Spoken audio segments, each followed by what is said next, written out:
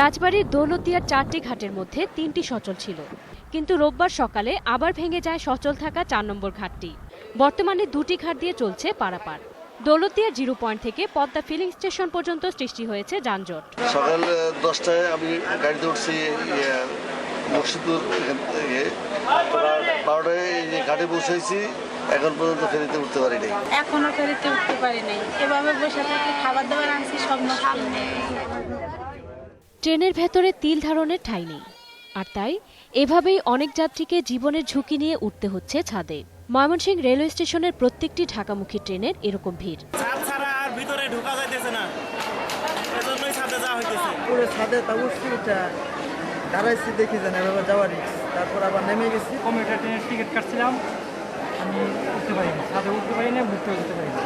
তবে যাত্রীদের জন্য নিরাপত্তা ব্যবস্থা জোরদার করা হয়েছে বলে জানিয়েছে রেলওয়ে পুলিশ। ঈদ পূর্ববর্তী এবং এ পর্যন্ত আইনশৃঙ্খলা বিঘ্নকারী কোনো ধরনের অপ্রীতিকর ঘটনা ঘটেনি। আইনশৃঙ্খলা পরিস্থিতি আমাদের নিয়ন্ত্রণে রয়েছে।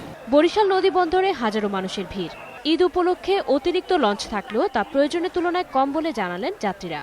আর জীবিকার টানে জীবনের ঝুঁকি নিয়ে অনেকেই পাড়ি দিচ্ছেন নিজ গন্তব্যের উদ্দেশ্যে। যাওয়ার সময় আমাদের খুব কষ্ট হচ্ছে এবং লঞ্চে আমরা সিট আসন পাচ্ছি না।